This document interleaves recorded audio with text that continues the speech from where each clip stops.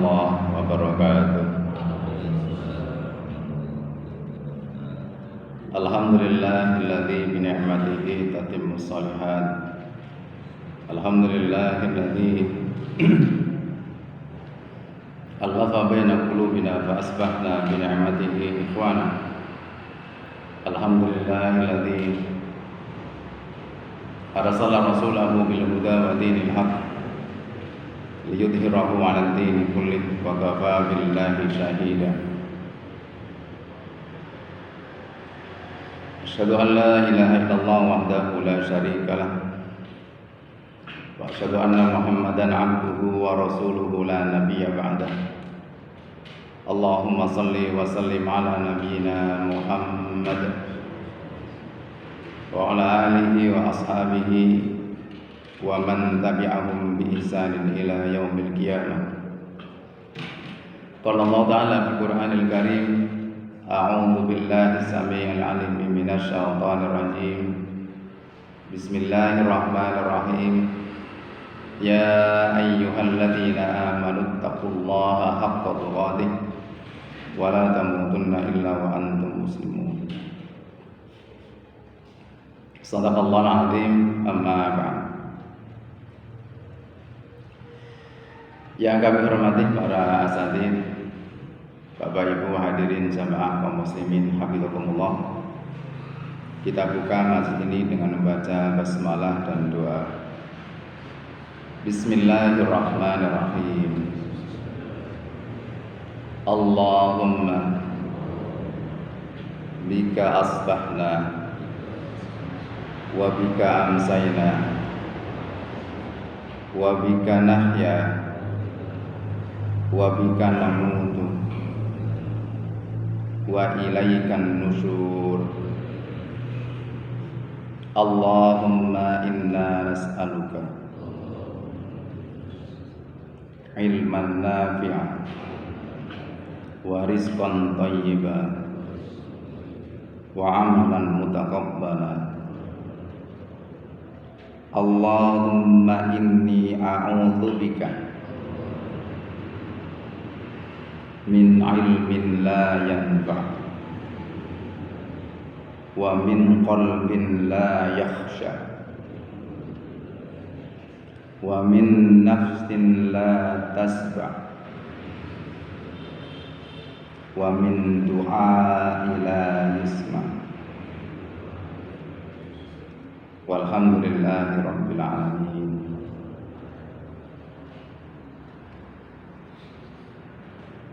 Hadirin kaum muslimin hafizakumullah. Puji syukur kita panjatkan kepada Allah Subhanahu wa taala dengan segala kenikmatan yang Allah hadirkan. Dan dari sekian banyak nikmat yang ada, yang patut kita syukuri, kita jaga, kita kokohkan, adalah ketika Allah memberikan kenikmatan dan kekuatan iman. Karena nikmat inilah yang akan membuat setiap pribadi tahu posisinya di hadapan Allah Subhanahu wa taala.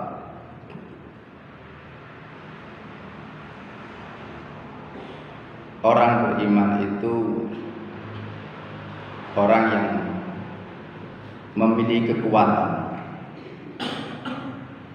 dan senantiasa mendapatkan bimbingan dari Allah Subhanahu wa taala, sehingga dia tidak fokus dengan apa yang diperintahkan maupun yang dilarang, tetapi berusaha untuk mengambil bagian-bagian untuk menyempurnakan. Orang beriman itu tidak hanya melakukan apa yang diperintahkan, tapi berusaha untuk menambah ketaatannya untuk mendapatkan cintanya. Orang yang beriman itu bukan hanya sekedar tidak mau melakukan apa yang dilarang, tapi mengambil sikap untuk menjauh dan tidak mendekat dengan sesuatu yang dilarang. Itulah kekuatan iman. Kekuatan yang kemudian agar setiap pribadi jiwanya senantiasa suci, hatinya tidak akan lagi terkotori oleh bercak-bercak yang mengotori jiwanya, dan itu menjadi sebab cahaya tidak akan pernah masuk ke dalam dada kita. Hadirin, itulah kenapa Rasul mengatakan Allahumma zayyina bizinatil iman. Salah satu di antara doa yang dimunajatkan Rasulullah kepada Allah Subhanahu wa taala, meminta, ya Allah, zayyina bizinatil iman. Hiasi jiwaku dengan hiasan iman. Jadi Rasul ini menyampaikan pesan bahwa orang yang beriman itu mestinya ditatap menyenangkan. Ditatap itu membahagiakan. Kenapa? Karena jiwanya bercahaya dan sumber cahaya itu ada di dalam dadanya. Salawat dan salam semoga Allah limpahkan pada uswatun hasanah Rasulullah sallallahu alaihi wasallam, keluarga, sahabat dan para pengikutnya yang istiqomah hingga yaumil akhir. Hadirin kaum muslimin hafizakumullah. Pembahasan kemarin kita sampai pada saat Halimah As-Sa'diyah menerima Rasulullah SAW,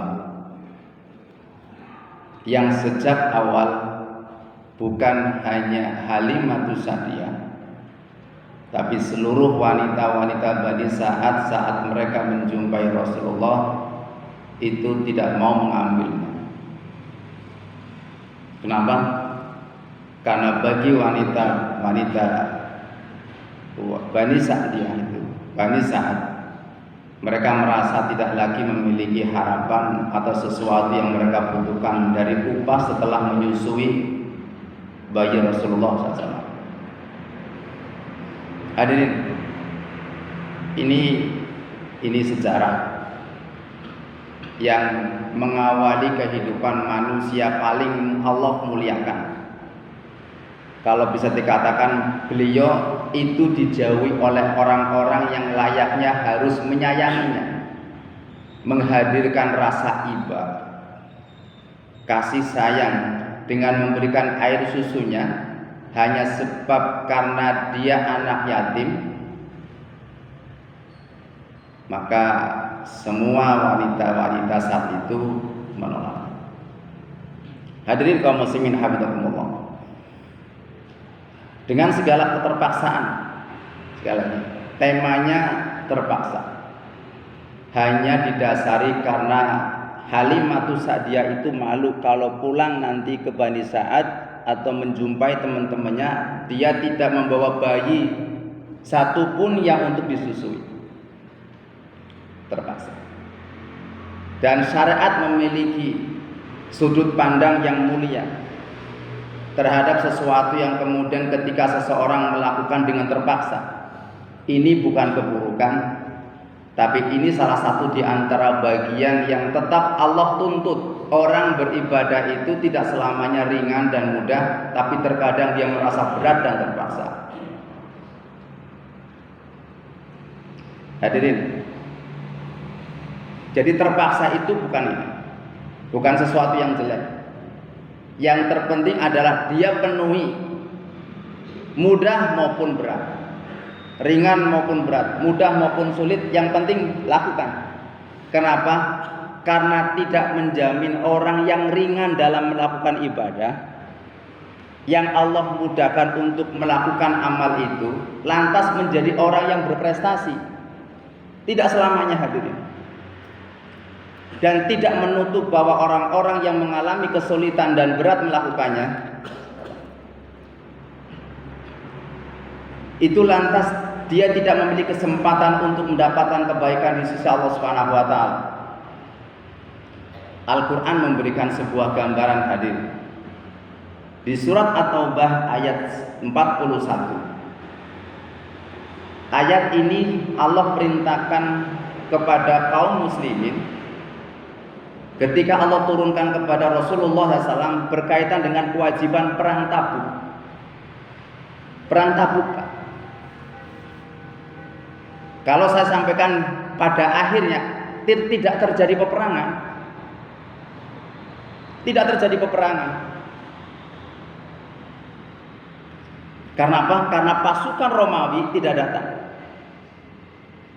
Hadirin, kalau buat kita, kalau sudah tahu kayak gitu, Pak, misalnya Allah menyampaikan gini hadirin, yang perlu kemudian kita pahami. Kutiba alaikumul qital wa huwa kurhul lakum. Diwajibkan atas kalian itu berperang, walaupun itu sesuatu yang kalian benci. Allah menjelaskan, hatta jiwa-jiwa seorang mukmin kalau bicara perang itu perkara yang tidak disukai. Bahkan Allah menggunakan kalimatnya kurhul lakum, dibenci. Tapi tetap diwajibkan. Ya hadir. Jadi orang beriman itu sudah mengenal. Allah sudah menegaskan, orang beriman itu nggak suka cari musuh, nggak akan pernah bikin onar, nggak. Karena kerusakan, permusuhan, apalagi peperangan, itu kata Allah nyampaikan, wa huwa kurhul lakum, kalian tidak akan pernah suka. Bahkan Allah mengatakan benci. Jadi orang beriman tidak suka perang ya Pak, tetapi Allah wajibkan. Surat At-Taubah ayat 41 itu, ini menjadi pelajaran kaitannya dengan tadi jiwa seorang Halimatus Sa'diyah. Saat Rasulullah SAW memanggil ruh-ruh iman pada jiwa seorang mukmin itu dengan panggilan jihad di perang Tabuk, itu dalam suasana yang sangat tidak menguntungkan kalau perang itu diikuti. Betapa tidak? Perang Tabuk itu sejarahnya mencatat, kalau nggak salah di tahun 7 Hijriah. Di tahun 7 Hijriah adalah masa di saat pacekli, Pak.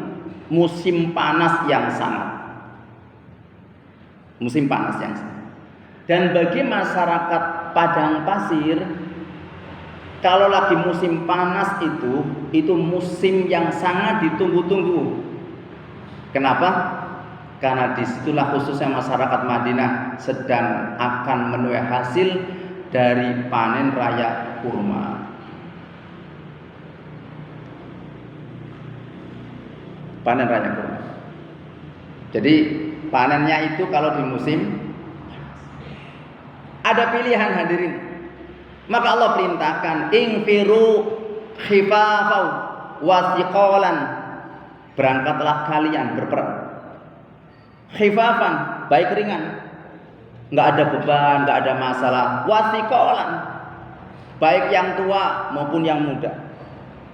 Hadirin, meskipun kemudian kalimat yang Allah memansuhkan kecuali bagi mereka yang memiliki udzur dan sebab sakit. Saat itu hadirin, nanti Bapak Ibu akan tahu salah satu di antara sejarah di dalam perang Tabuk itu, banyak orang-orang munafikin itu minta uzur kepada Rasulullah agar diizinkan tidak ikut perang Tabuk. Alasannya, keluarga kami dalam kondisi miskin, ini kesempatan kami untuk mendapatkan kenikmatan karena ini musim panen. Keluarga kami rumahnya tidak tertutup dengan rapi. Sampai nanti ada kisah yang disebut dengan seorang sahabat di antara 3 sahabat yang lain adalah Ka'ab bin Malik, yang tidak berangkat, bukan tidak mau berangkat, tapi menunda keberangkatan. Hadirin kaum muslimin hafizakumullah, pelajarannya hadirin, untuk urusan jihad saja Allah merintahkannya apa? Berangkat saja, berangkat. Berat, ringan. Karena berat dan ringan itu tidak menjadi sebuah ukuran. Orang yang merasa ringan belum tentu kemudian dia akan mendapatkan hasil yang baik. Dan yang merasa berat pun bukan berarti kemudian dia tertuntut mendapatkan kemuliaan. Tapi kalimat berikutnya Allah menyampaikan Infiru khifafan wa thiqalan wajahidu bi amwalikum wa anfusikum. Letaknya adalah prestasi seseorang itu adalah di mujahadahnya, kesungguhan setelah mendapatkan, kesungguhan ketika melakukan. Hadirin kaum muslimin hafizakumullah. Begitulah juga Halimatus Sa'diyah. Halimatus Sa'diyah mengalami kesulitan. Apa kesulitannya? Keledai betinanya jalannya pelan. Unta yang ditunggangi suami dan anaknya Saima itu juga sudah tua, sehingga tertinggal. Tapi kesulitan yang dialami di awal oleh Halimatus Sa'diyah, saat kemudian dengan segala keterpaksaan dia terima bayi Rasulullah SAW, seketika itu Allah hadirkan keberkahan. Allah menyampaikan hadir di antara kalimat tadi, kutiba alaikumul qital wa huwa kurhul lakum fa asa an takrahu syai'an wa huwa khairul lakum wa asa an tuhibbu syai'an wa huwa syarrul lakum.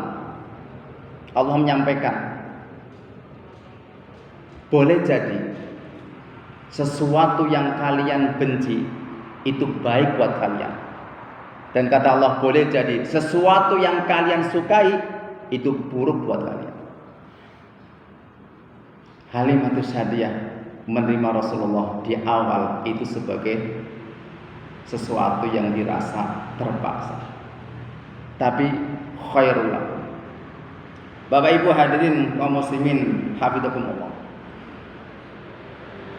Ada salah satu di antara hadirin yang kemudian diajarkan oleh Allah Subhanahu wa taala kepada kita, agar orang-orang yang beriman itu tidak cukup memandang sesuatu itu dengan apalagi mata.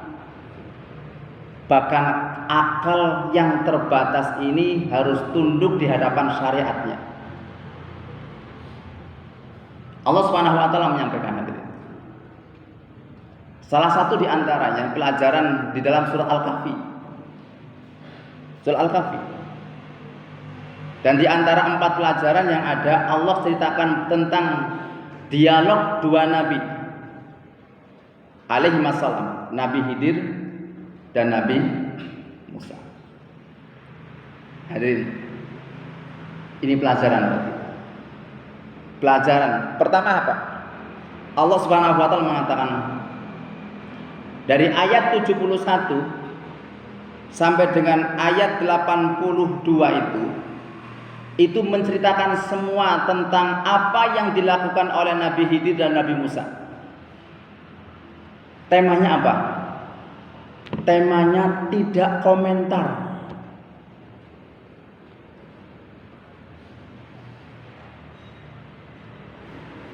Hadirin tolong, ini Nabi Ulul Azmi, Nabi Musa.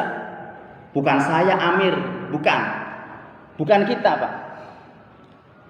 Ulul azmi, ulul itu arti pemilik, azmi itu arti tekad. Manusia-manusia pilihan yang memiliki tekad kuat dengan jiwa dan ruh imannya itu menegakkan syariat.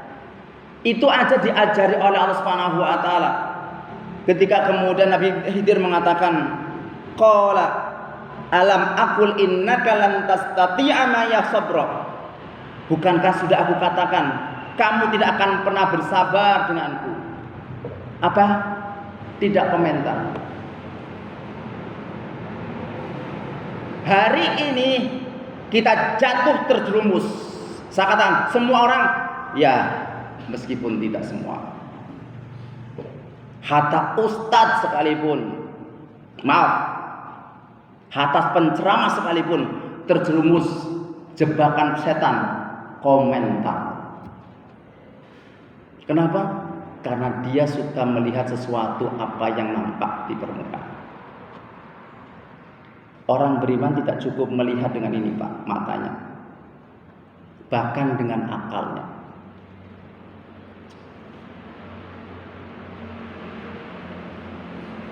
Hadirin, kisahan sedikit hadirin. Fangqalaqa, hatta idza raqiba fis safinati kharaqaha. Setelah kemudian keduanya berjalan sampai saat mereka berdua alaihi wassalam itu naik ke perahu. Perahunya orang miskin gratis. Gratis. Khorokoha oleh Nabi Khidir dilubangi. Coba sudah dapat tumpangan gratis sama orang miskin, begitu naik dilubangi oleh Nabi Khidir. Kalau saya panjenengan protes tidak? Tanya tidak? Ceramai. Gitu ya? Kita itu sering merasa lebih pintar dari orang yang melakukan. Bahkan pendapat seorang ahli ilmu itu kemudian kita nafikan, kita bid'ahkan, kita haramkan hanya karena kita punya ustadz sendiri yang punya pendapatnya beda.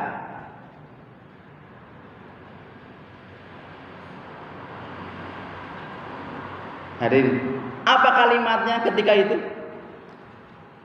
Qala akharaqtaha lituhlika ahlaha. Ini protesnya gitu, Pak. Komentar gitu.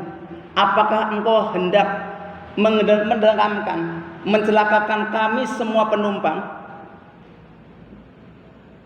Sampai kalimatnya, Pak. Kalimat yang dilontarkan oleh Nabi Musa kepada Nabi Khidir. Laqad ji'ta syai'an imra. Sungguh engkau telah mendatangkan buat kami masalah besar. Apa kalimat itu kenapa muncul? Diawalinya tidak sabar. Begitu tidak sabar, komentar. Kalau sudah komentar, menghakimi. Itu yang terjadi di dunia medsos kita. Begitu lihat tulisan orang lain, orang sabar, komentar, dibantah, menjudge kalau bahasanya katanya. Ya gitu kan? Ditobati.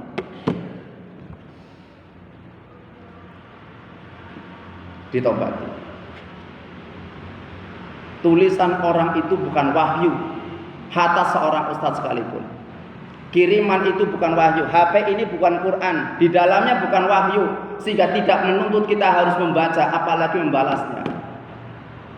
Orang bertamu saja, Pak. Orang bertamu saja. Ini Pak, saya maaf. Ini maaf. Barangkali ini sikap yang kemudian barangkali. Orang bertamu saja sudah dibukakan. Mohon maaf ya Mas, saya tidak terima tamu. Panjenengan pulang apa Anda? Apalagi cuman kirim WA, nyong kirim lah kasih komentar ya. Kayak gini mau jadi pemimpin? Enggak.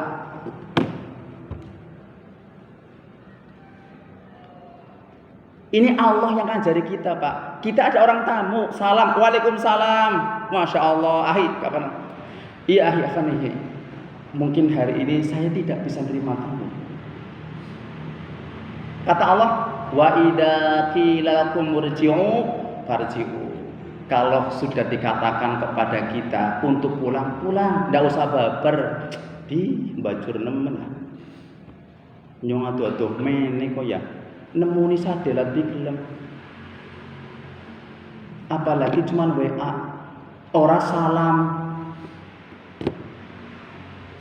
kirim video njaluke dibuka, ngenteng-ngenteng nak kuota. Maaf.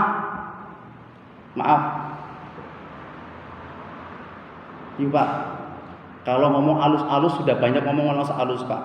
Sukanya ngedeg-gedap Pak, ngaget nah. Mesti anak orang senang. Oh tentu. Saya tidak butuh itu. Dan saya tahu konsekuensinya. Itu Pak. Apa sebabnya? Satu hal apa yang dilihat oleh Musa? Ya betul Pak. Beliau loh Pak, manusia ulul azmi. Itu saja tidak mampu menangkap sesuatu yang nampak di permukaan di matanya beliau. Dengan kecerdasannya, dengan kedekatan posisi Nabi Musa di Allah Subhanahu wa taala tidak tahu. Hadirin, jalan lagi ketemu anak kecil, Pak. Idza laqiya hulaman faqatalahu.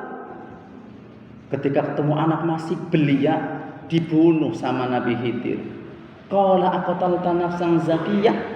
Kenapa engkau bunuh anak yang masih zakiyah, masih suci, belum berdosa? Apa kalimatnya? Menjaj. Laqad ji'ta syai'an nukra. Sungguh engkau telah melakukan kemungkaran yang sangat besar.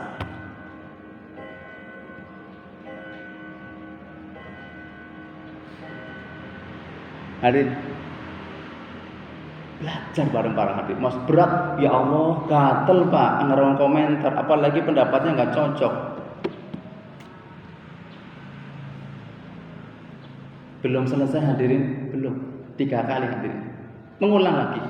Qala alam aqul innaka lan tastati'a. Bukan aku sudah mengatakan kamu tidak akan pernah bisa sabar denganku. Sabar apa? Diam.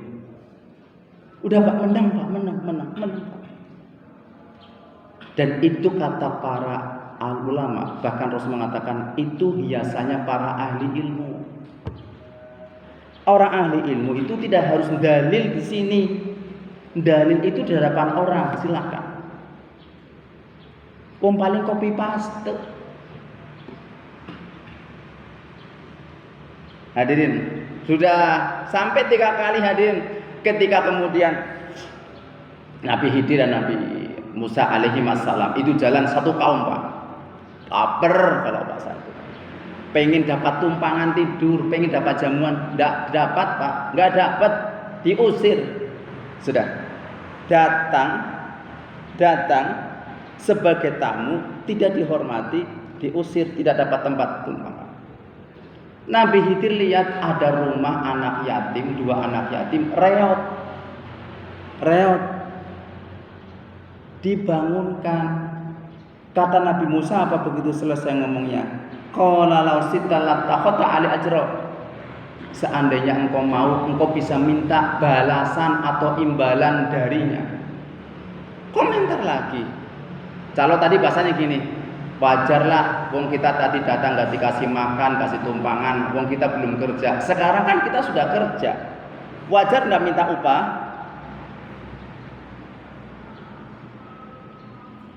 Kalimat yang terakhir kata Nabi Khidir, qala hada firaqu baini wa baina. Inilah saatnya perpisahan kita. Jadi yang arana murid diulang gurune, wong tuane protes terus datum ping 3 kon sawise kon mana lunga aja sekolah nang kene gitu. Wali santri kok protes bae. Itu pelajarannya Pak. Seorang nabi saja di drop out kalau gitu bahasanya. Hada firaqu baini wa bainak. Kata Nabi. Ini saatnya perpisahan kita. Sudah tidak lagi pembelajaran. Selesai sudah. Karena apa? Ruang untuk bersabar 3 kali tidak diambil. Kita hadirin.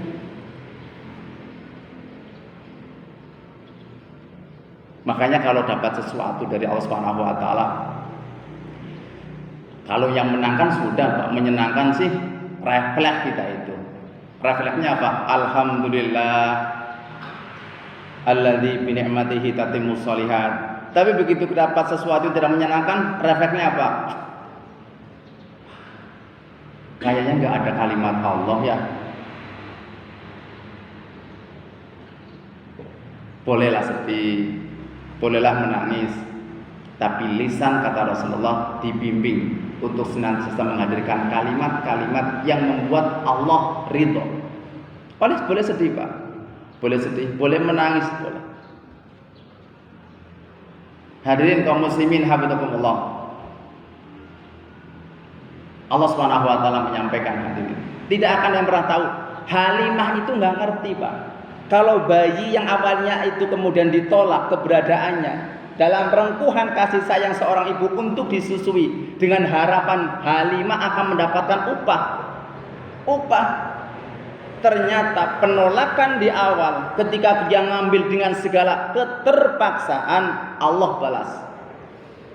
Karena sesungguhnya Halimah tidak pernah tahu. Halimah tidak pernah ngerti. Bayi yang dulu tidak diterima, terpaksa di pangkuannya, itu kelak menjadi manusia mulia di sisi Allah. Halimah tidak pernah tahu bahwa sesungguhnya bayi itu adalah calon nabi, bahkan penutup para rasul dan para. Itu hadirin. Wa ma tadri nafsum mada taksibu ghada wa ma tadri nafsum bi ayyi ardin tamut. Allah sampaikan itu, Pak. Kita ini enggak pernah tahu hadirin besok, nanti sore, atau nanti kita itu mau melakukan apa coba? Ada enggak? Adanya rencana. Ya enggak? Rencana mungkin Pak Kholik sebentar lagi setelah kajian mau ke pasar gitu ya Pak Kholik ya. Itu rencana, tapi tahu nanti Pak Dokter mungkin nanti ketemu siapa? Saya mungkin siapa saja. Wa ma tadri nafsum ma taksibu ghada. Orang aja enggak pernah ngerti, Pak. Rencana sih rencana.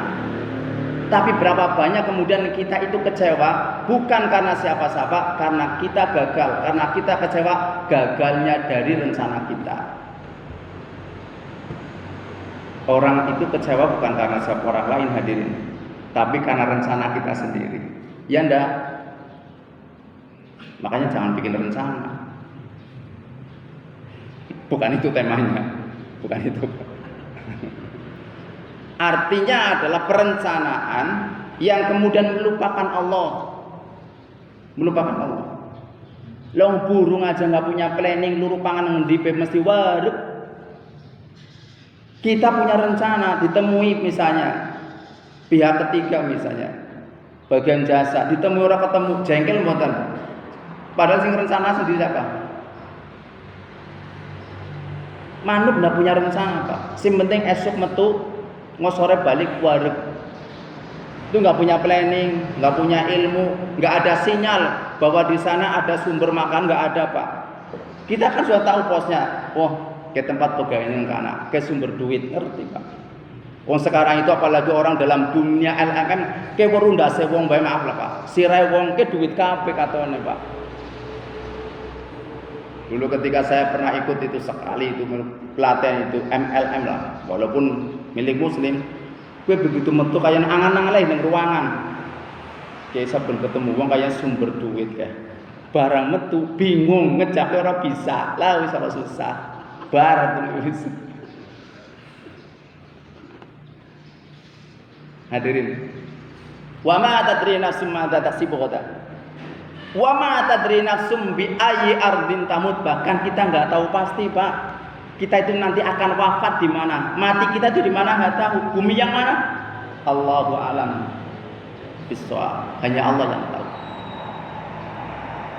Hadirin. Begitulah ketika Halimah menyimir.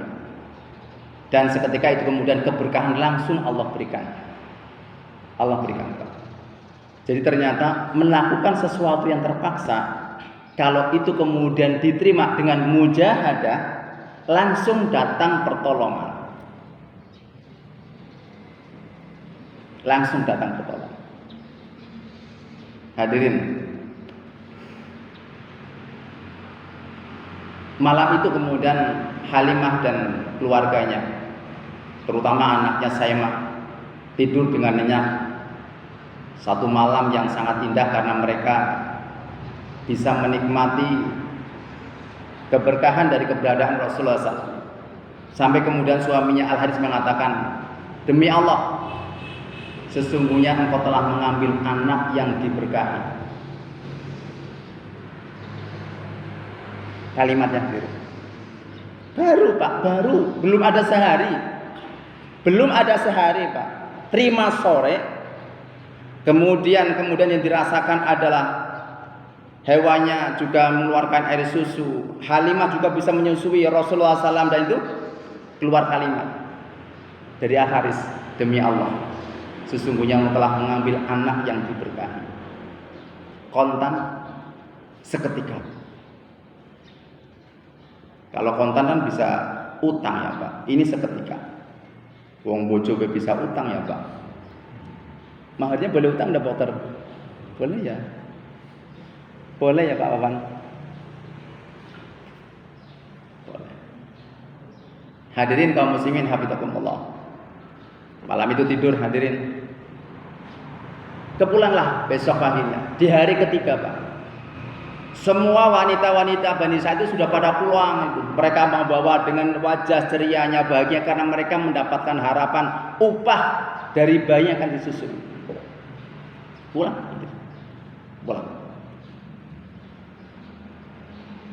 Tapi ternyata Allah memberikan hadirin. Ternyata keledai Halimatus Sa'diyah, unta yang ditunggangi, justru bisa mengejar kepulangan wanita Bani Sa'ad yang mereka lebih dahulu Pak pulang karena mereka telah awal mendapatkan. Mereka keheranan. Mereka katakan, Halimah, itu kan untamu yang sudah tua, itu kan keledai betinamu yang sangat lemah. Iya. Lalu bagaimana engkau bisa menyusul kami? Hadirin, itu pemandangan yang ditampak itu. Apa komentar orang Pak? Ini orang jahiliyah Pak. Lihat sesuatu itu langsung ditangkap sambil mengatakan, wallahi inna hada la sya'na. Demi Allah akan terjadi perkara yang besar dengan anak itu. Orang jahiliyah saja itu bisa menangkap isyarat sesuatu yang gaib. Belum tentu, memang belum jelas, tapi mengatakan wallahi inna hada la sya'na.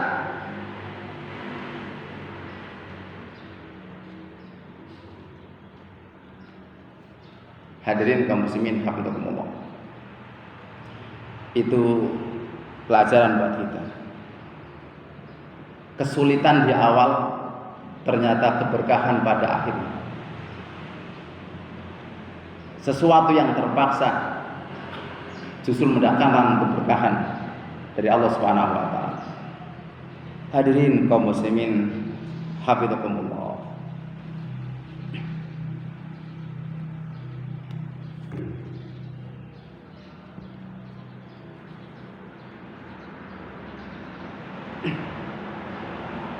Ada satu hal hadirin yang perlu kita pahami dan memang harus dikuatkan. Makanya kita minta kepada Allah agar Allah senantiasa menguatkan iman kita. Karena orang yang beriman itu memiliki kekuatan sensitivitas, kepekaan terhadap sesuatu. Dia tidak cukup melihat apa yang nampak, tapi dia mencoba untuk mengambil pelajaran dan harapan di kemudian hari.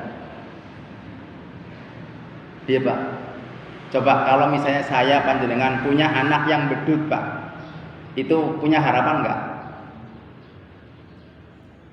Ketika melihat saat itu Pak, enggak, adanya cuman menghakimi, adanya cuman menghukumi. Tidak pernah berusaha untuk mengambil apa sih di balik semua yang ada. Akal dan ilmu kita itu terkadang memang harus tunduk Pak. Ya. Dengan perkara-perkara yang oleh syariat itu tidak masuk akal. Ya, jadi akal itu, apalagi kalau nanti kita lihat hadirin. Saya sampaikan kan. Kalau bisa dikatakan hadirin, apa alasan terbesar orang-orang kafir Quraisy itu menolak dakwah Rasul? Yang sesungguhnya mereka telah mengantongi keyakinan Muhammad adalah Al-Amin, orang terpercaya, orang jujur. Kenapa? Apa alasannya? Dalam buku sejarah kemudian paling tinggi kita ambil faktornya apa? 3 hal hadirin. Faktornya duniawi, harta. Yang kedua, fanatisme golongan, apa? Prestis, kebanggaan. Yang ketiga, taklid buta, ilmu. Jadi kalau orang sudah merasa cinta duniawi, harta, biasanya ngapunten Pak, ngapunten sangat. Wong sugih kuwi ngerti dituturi. Wis aja menung sugih ya. Ya sugih wis. Dituturi wong sing asanging sore kira-kira ngringokna temenanan apa mboten? Allah orang gugu ya Pak. Mengapa? Cilil. Atasan mau ndak dapat saran masukan dari bawahnya yang berbeda dengan atasannya? Mau ndak?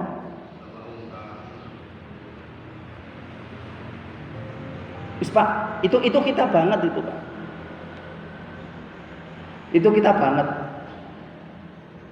Duniawi membuat kita itu sombong, nolak kebenaran itu. Jadi kenapa kemudian orang-orang kafir Quraisy menolak dakwah Rasulullah? Karena mereka memang sombong di hadapan Rasul. Rasul itu miskin. Sampai mereka mengatakan gini, Muhammad jadi nabi.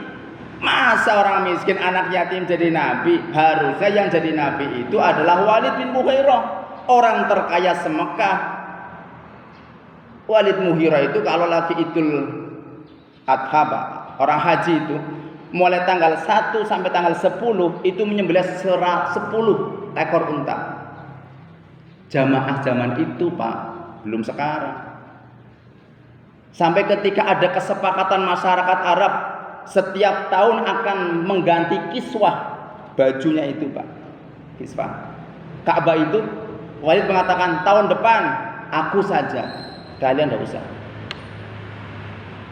Saat itu orang-orang kaya Mekah itu berkumpul mengumpulkan hartanya mengganti kiswah, menjaga dengan kehormatannya Pak, merawat itu. Kata Walid, tidak usah, aku saja. Makanya Rasulullah kemudian dilecehkan Pak, dilecehkan. Rasul Muhammad jadi nabi, harusnya Walid. Atau satu namanya orang di Taif namanya As-Sakhafi, seorang kaya raya. Hanya 2 orang di zaman itu yang dianggap paling kaya, bukan kaya raya lagi, dan pokoknya itu satu orang Mekah, Walid bin Mughirah. Yang kedua namanya saya lupa, tapi namanya As-Sakhafi itu di Taif. Mereka menganggap layaknya yang jadi nabi itu mereka, bukan. Satu, penolakan orang kafir Quraisy itu didasari harta. Yang kedua, taklid buta. Apa latar ruh orang taklid apa? Merasa punya ilmu kan Pak? Kenapa tidak mau? Ini ilmu yang saya dapatkan dari nenek moyang kami. Ilmu bukan? Maka ketika ada ilmu baru, kebenarannya datang Rasulullah, ditolak. Jadi kalau orang punya harta, orang merasa punya ilmu, itu susah untuk dinasehati. Yang ketiga apa? Fanatisme kelompok. Abu Jahal itu menolak dakwah Rasulullah bukan tidak mengakui kebenarannya, tapi karena menganggap bahwa keluarganya Bani Makhzum itu seperti kuda perang yang bersaing ketat dengan Bani Hashim. Masa iya saya bersaing kemudian tiba-tiba harus tunduk kepada Bani Hashim ketika Rasulullah SAW mengaku sebagai seorang nabi? Akal kita tidak akan tahu. Padahal hadirin, mereka orang cerdas. Banyak ilmu-ilmu yang kemudian mereka miliki melampaui di zamannya dan belum ada Pak di zaman ini yang bisa melakukannya. Kita lihat potretnya hadirin. Kemajuan apa sih yang dimiliki di zaman jahiliyah dulu Pak? Orang dahulu yang tidak kita dimiliki. Satu, mereka punya satu ilmu namanya qiyafah. Qiyafah itu apa? Membaca telapak kaki, jejak telapak kaki Pak. Bukan membaca ini. Kalau dalam ilmu kesehatan namanya iridologi ya. Membaca tangan, kayak anginnya masuk angin, kayak pikiran aku tangan, misalnya gitu misalnya. Oh, iridologi apa dokter itu ya? Membaca telinga apa? Dulu saya pernah di Tembok Kelor itu ada pengobatan lihat mata apa katanya itu. Oh, ini penyakit apa? Itu bisa. Ini membaca telapak kaki. Dan tidak ada sidik jari saat itu. Jalannya bukan jalan di karpet yang bekas, jalannya bukan di keramik yang mesti akan ada sidik jarinya, jalannya di pasir. Yang ketika jalan gerus gitu Pak. Kakinya enggak mesti utuh. Bentuknya mesti pengen, enggak unas. Tapi orang-orang jahiliyah itu tahu ini laki-laki apa perempuan. Ini tua atau muda? Ini wanita hamil atau tidak hamil? Ini berapa bulan? Tahu. Ada kemampuan itu di zaman sekarang? Itu kemajuan ilmu. Anaknya anjing malah. Paling bisa ingus-ingus. Belanda ya Pak, satu. Orang mereka pintarnya luar biasa Pak, di zaman itu. Dan ilmu itu belum ada. Makanya Rasulullah SAW ketika hijrah keluar dari rumahnya Abu Bakar itu, saat menuju kemudian Gua Sur, itu langkahnya napak enggak jinjit sampai kakinya lecet-lecet. Apa? Karena memang mereka tahu kalau sudah ada telapak kaki orang itu dikenali. Ini telapak kakinya siapa? Bisa Pak, ya Allah. Nyom bedaknya sikile anaknya bingung. Hatas anak sendiri sing muni bujel mbok apa? Jalannya jalan di darat, Pak. Bukan jalan seperti orang-orang padang pasir, itu di pasir. Capek ya, Pak, orang jalan pasir, makanya orangnya kuat-kuat. Panjangan balapan lari ini mungkin menang. Tapi balapan kan enggak pai, di pasir ketibelan nanti. Berat. Satu. Itu ilmunya orang-orang jahiliyah. Ada lagi hadirin. Nih. Mohon maaf nih Pak Dokter. Atau siapa saja. Orang-orang jahiliyah dulu kalau safar itu membawa unta sepasang, Pak. Tidak cukup bawa orang jantannya saja. Tapi bawa betinanya. Apa? Melas. Kalau bahasanya gini, kalau untuk bawaan itu harusnya jantan apa betina? Jantan apa betina? Kan bawaannya barat Pak, jantan. Tapi semua kafilah mereka kalau berangkat perjalanan itu tidak cukup jantan dibawa. Melas apa? Mangantok orang menyalurkan kebutuhan biologis. Kowe duwe rumangsa kaya kowe. Coba Pak, dibawa bentinanya, dibawa supaya sang jantan juga bisa melampiaskan kebutuhan biologis. Ngerti apa ya? Itu nyuarasani. Itu kepekaan kehewanan. Apa sosial. Segitunya Pak. Tapi masalahnya kalau kemudian sang jantan akan membuai, lantas betinanya bunting, jadi masalah. Dia tidak lagi punya kemampuan untuk memikul beban. Lantas apa? Mohon maaf. Ternyata ini program KB. Dimasukkan spiral di bagian vitalnya sang betina. Jadi program spiral itu oleh masyarakat jahiliyah diberikan kepada unta. Di zaman sekarang panjenengan. Maaf ya pada Sasa. Tahu ya Pak? Pasang spiral itu ternyata di zaman jahiliyah sudah ada. Berapa tahun yang lalu? Ribuan tahun. Orang jahiliyah pasang spiral buat unta. Kita pasang spiral buat unti. Hadirin kaum muslimin habibakumullah. Itulah hadirin. Itu hebatnya Pak, cerdasnya mereka itu. Tapi karena terlalu cerdas itulah mereka menolak syariat. Mereka tidak mau tunduk karena mereka hanya melihat sesuatu yang bertentangan dengan apa yang ada pada dirinya. Hadirin kaum muslimin habibakumullah.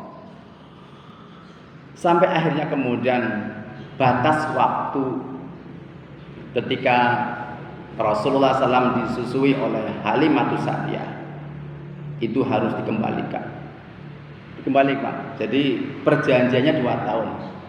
Meskipun ada riwayat yang mengatakan bahwa ibunya sudah menghendaki dikembalikan sebelum waktu 2 tahun. Ya. Dan saya mendapatkan tambahan sebagai ziyadah sekaligus meluruskan bahwa kenapa Ibu Aminah tidak menyusui?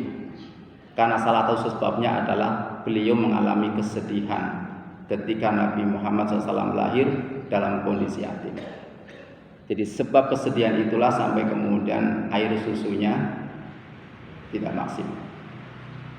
Dalam Abi Daud.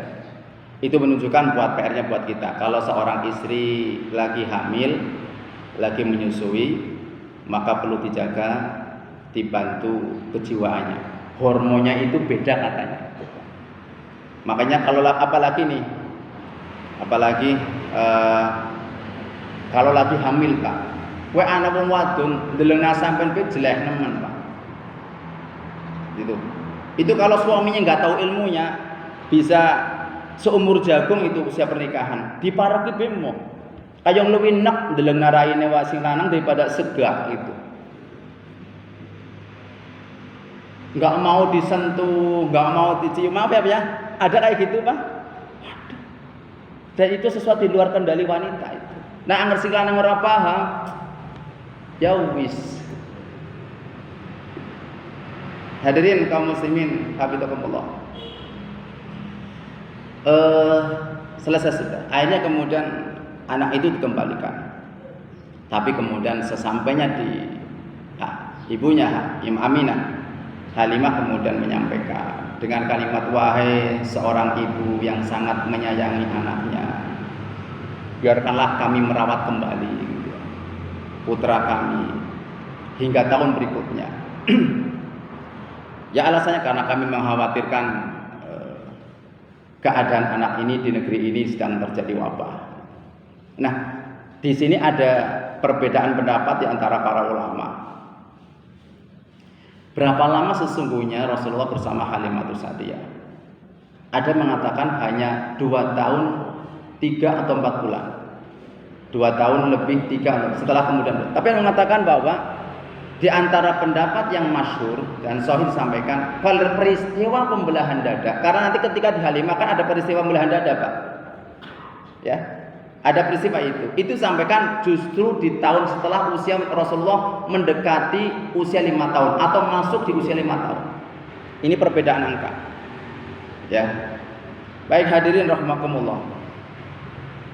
Ada yang menarik hadirin, kalimatnya Halimatus Sa'diyah itu menyampaikan dengan kalimat, wahai perempuan yang menyayangi anaknya atau putranya. Ini bukan basa-basi Pak. Maaf ya, orang jahiliyah pantang basa-basi. Kita itu datang ke orang ngelih, ditawari mangan, makanya aja wis dibungkus. Orang gelem tapi dibungkus. Angger bisa legowo maksudnya ya ana sing dilek, ana sing digowo kayak gitulah. Orang-orang Jawa itu terus terang Pak, ngomong ya Pak adanya itu. Dan apa yang dilakukan Halimatus Sa'diyah itu bukan mengada-ada. Rasulullah SAW itu sampai memberikan itu hadirin. Memberikan apresiasi wanita terbaik itu orang wanita Quraisy Pak. Jadi ibu-ibu ini terutama para suami juga itu Rasul mengajarkan pada kita khairun nisa raqibal ibil, sebaik-baik wanita yang mengendarai unta. Wanita itu mengendarinya unta, bukan kuda.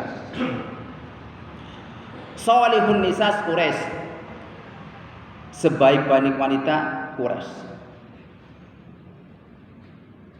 Rasul memberikan apresiasi. Wanita Quraisy itu wanita terbaik. Apa? Mereka punya 2 hal, karakter pada jiwanya. Ini karakter Pak, sesuatu yang melekat pada jiwa wanita-wanita Quraisy. Apa kata Rasulullah? Ahna ala waladin fi sighari. Mereka sangat sayang kepada anaknya ketika masih kecil. Sayang Pak, kalimatnya sayang, bukan pengasih, serba kasih. Sayang. Karena orang sayang itu tidak harus ngasih. Kita ini ingin mengaplikasikan kasih sayang pada anak, nangis kasih, minta beri, bukan itu kata Rasulullah. Kalau kayak gitu, Sofia radhiyallahu anha, bibinya Rasulullah, mestinya bukan wanita penyayang. Kalau didik anaknya itu keras Pak, keras. Wanita, makanya kemudian dalam perang Khaybar itu kan menjadi benteng juga. Sampai kemudian dikisahkan Zubair bin Awam. Zubair bin Awam itu itu pernah dimasukkan oleh Sofiyah radhiyallahu anha radhiyallahu anha. Itu dimasukkan ke dalam kamar, dimatikan lampunya, ditutup Pak. Ditutup. Coba, ada nggak ibu kayak gitu? Ya ada, cuman latar belakangnya bukan karena apa yang dirasakan oleh Sofia. Sofia ingin mendidik agar anaknya jadi orang hebat, bukan pemimpin saja. Kuat, jangan penakut. Keras apa enggak? Kalau ukuran itu keras apa enggak? Tapi Rasulullah masih mengatakan wanita terbaik itu keras. Kenapa? Ahnahu ala waladin fi sighari. Mereka itu sangat sayang kepada anaknya ketika kecil. Wa ar'ahu ala zaujin fi datiyati. Dan mereka adalah orang-orang wanita yang senantiasa menjaga harta suaminya. Karakter itu. Halimah menyampaikan itu. Engkau wanita yang sangat menyayangi putranya. Baik hadirin rahimakumullah.